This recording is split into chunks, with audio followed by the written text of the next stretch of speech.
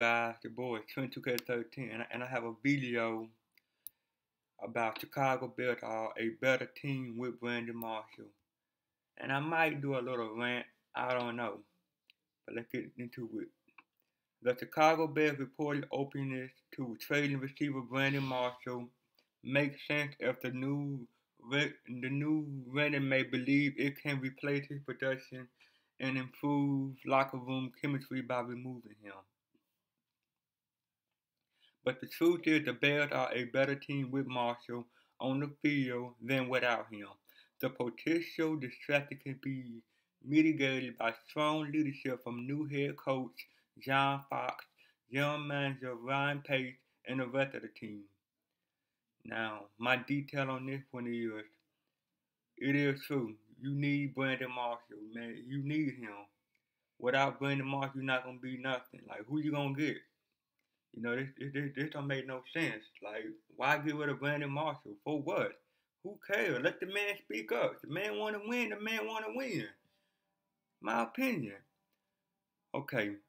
In 9 years in the NFL, Marshall had put together 34 games in which he gained 100 plus yards receiving, and his team out a total of 15 through 19 under such circumstances. But the Bears are 9-6 when Marshall, a five-time Pro Bowler, reaches 100 yard receiving. Pace and Fox said they met with Marshall and several other players as they make plans for the 2015 Bears. Marshall's base salary of $7.5 million for next season become guaranteed on the third day of the new league year, March 12th. Marshall fought through lagging leg injury most of last season and finished the year on the injury reserve due to a fractured rib and punctured lung and produced just 721 yards receiving.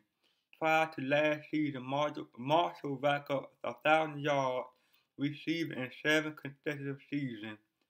On top of the production tailing off, Marshall participated in a couple of incidents that could be construed as potential distraction.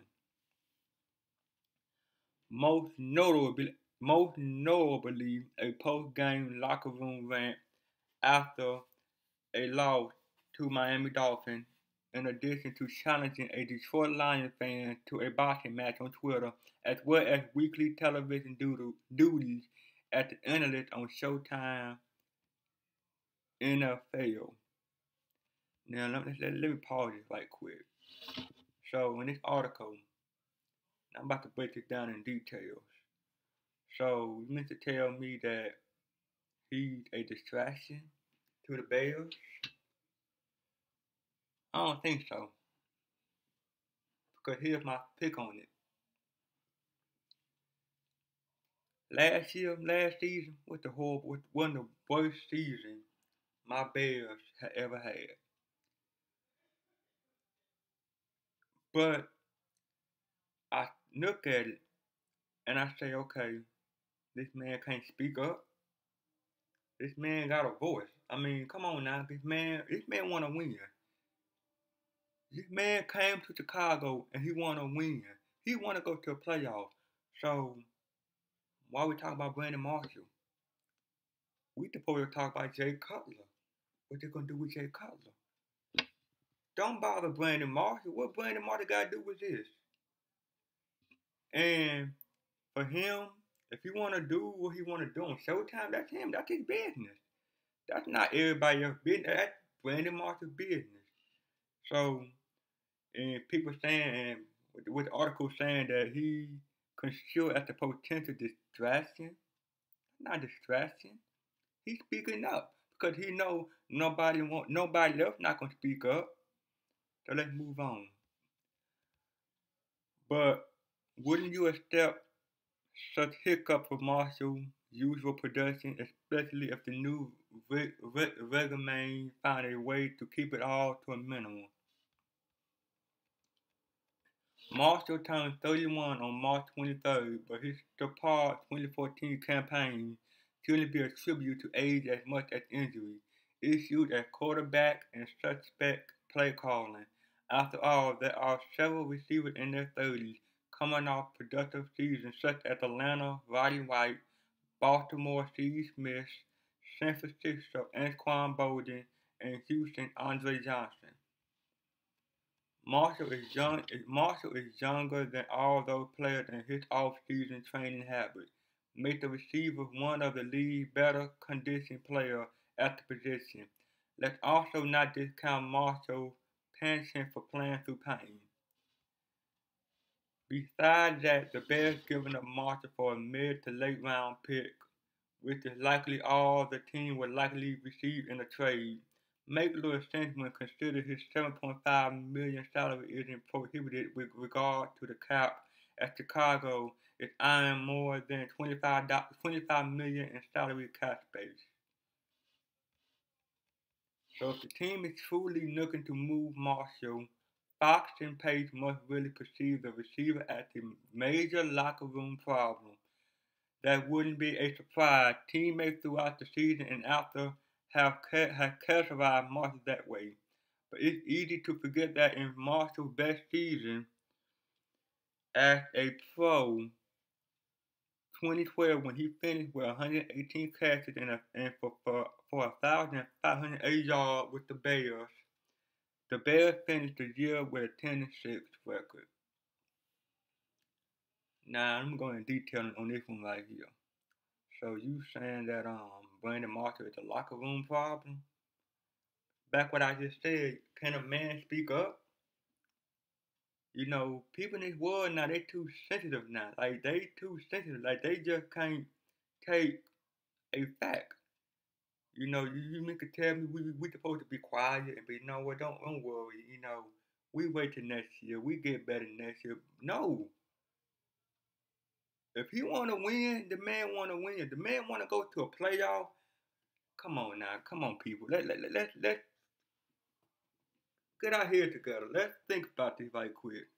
You know, if a man, let's say for example, like okay, one of your teammates, let's say for example, like y'all lose a game every single week. Let's say let's say for example the Chicago Bulls. Let's say the Bulls lose, even though they got Derrick Rose out, Jimmy Butler, and Ty Gibson who coming back. Let's say they went on just lose every game. Let's say tonight they lose against OKC. Then tomorrow they lose against the Pacers. Sunday, the Spurs. And let's say they lose like throughout the regular season. Would you accept that? Or would you speak up? Or would you be in the dark and not say nothing? And be like, nah, don't worry. I ain't gonna worry, but I'm not gonna speak up. Because, you know, if I speak up, I might get in trouble.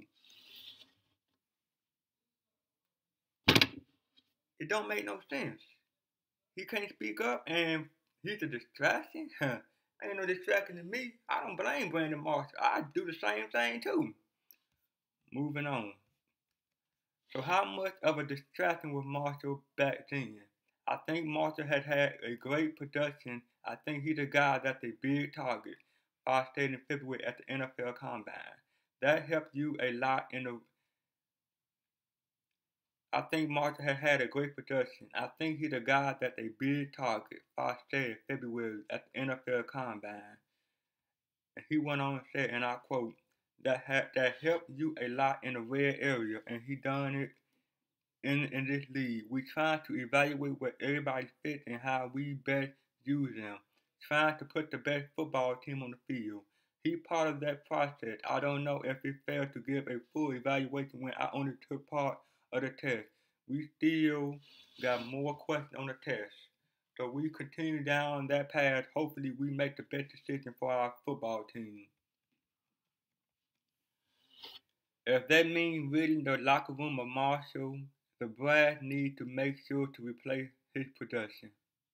Because even on the verge of 31 and coming off the second worst season of his career in terms of production, Marshall still is one of the best receivers in the NFL.